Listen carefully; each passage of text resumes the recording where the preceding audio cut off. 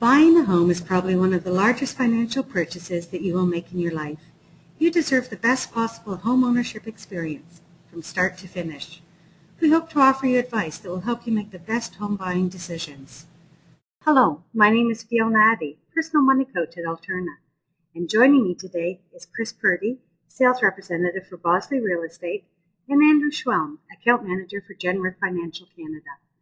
Our topic today is upsizing and downsizing your home. We'll go through the process of what it takes to purchase a home, along with the solutions needed to ensure you get your dream home. Our first speaker is Chris Purdy. Chris was invited to take part in the Alterna webinar discussion. She's offering information from her experience as a real estate agent. However, her comments are not to be construed as advice regarding any specific real estate undertaking. Over to you, Chris. Thank you very much, Fiona. Hello, everyone. There is nothing more exciting than buying a property or selling a property in the GTA.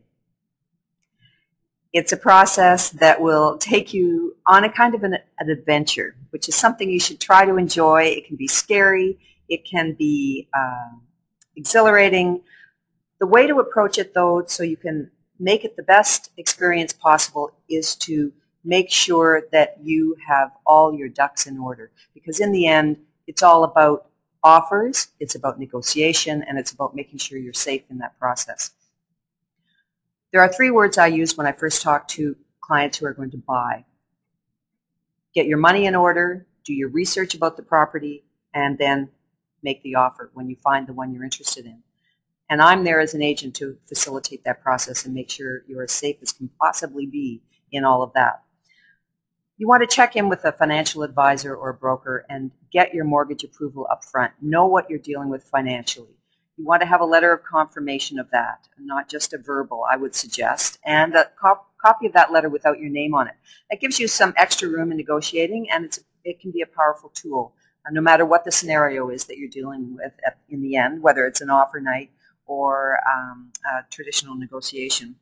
And I'll talk a little bit more about that later on. You also want to establish a relationship with a lawyer if you haven't done so already, because you will need the services of a lawyer to finalize the process of purchasing a home. Okay, we'll talk more about money later, but let's talk about the search. That's the most fun part. It can also be extremely frustrating, and especially in the kind of market we're in right now in Toronto. That definitely will change at some point, but right now there's a shortage of homes, so it can be very hard for buyers to find the property that will suit all their needs. That's my role as the agent, to help people find the property, and I suggest to you that you definitely want to pick a strong agent to work with, because that's the person who will take care of you in a situation that requires confidentiality, negotiation skills, full disclosure. All of those things are contractual relationship with an agent, so you need to sign a buyer contract with somebody. Then you sit down with your agent. I'll use myself as an example. You sit down with me and you want to establish your needs and wants list. What would you like in this new home?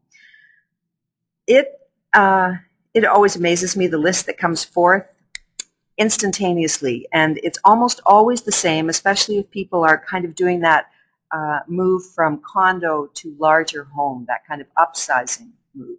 A little different, of course, if you're downsizing from larger home to condo. So I'll stick with upsizing for a moment. Okay, what we want 3 bedrooms. We want a master ensuite and the main bathroom on the second floor. We'd like a powder room on the main floor, finished basement, a nice backyard, preferably south-facing, and definitely parking.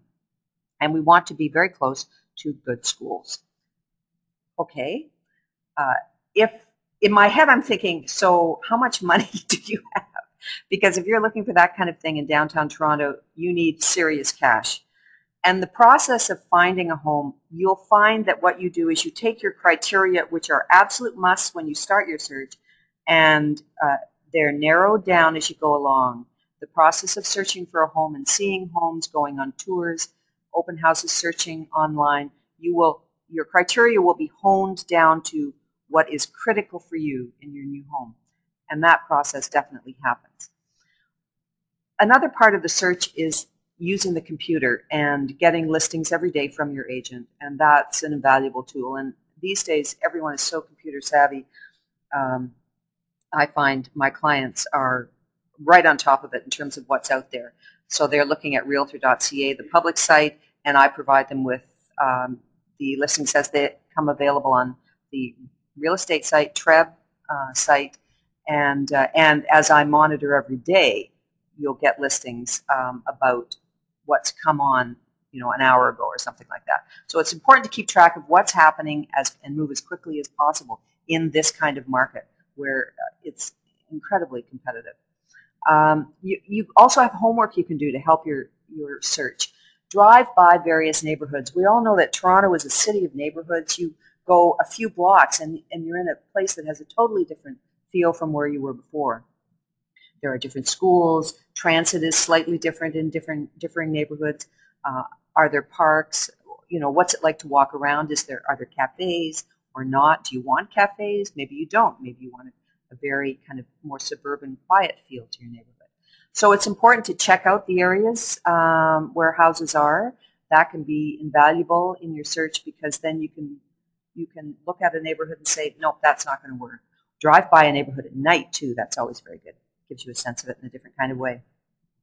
And if you're coming new to Toronto as well, there's all the idiosyncrasies within neighborhoods where, at the top of the block, they're $1 million homes. At the bottom of the block, they're pushing into the 300,000. And why? Because there's something behind there that impacts the value of properties. And those are idiosyncrasies that you should know. Once again, you count on your realtor to help you with that. And then you do tours and open houses, and you get a sense of what you can get for your dollars that you have available. Eventually, you find one that, well, you know what? It mightn't be your dream house, but it's going to make your heart sing. That's what I watch for when I go around with clients. I find it fascinating. There always comes a point where there's a tone in people's voice, or there's some kind of level of interest in a place that hasn't happened before. And sometimes it happens that all those criteria that we've been fighting so hard to find get just kind of blown out the window. And it's like, oh my God, I really like that house. So when you find that house, that's fantastic. And that's when you have to figure out how you're going to get it. When you want to put an offer in on a property, there are elements to the agreement of purchase and sale, which is a standard document used throughout Ontario. The most important, there are 4 absolutely essential elements that will be critical to your future and critical to the vendor's future. The point is to bring those elements together so there's an agreement. The offer price, that's classic. The vendor wants a certain amount of money for their home, and the purchaser wants to pay a certain amount of money. The deposit, your earnest money, very important. You want to have at least 5%. The closing date, that impacts everyone's lives. Are you renting now and having to give notice? Do you have something to sell and you have to deal with that before you buy? And likewise, the vendor has the same considerations. And the conditions, are you getting a home inspection before the offer or after? Do you need a condition of inspection? Do you need a financial condition?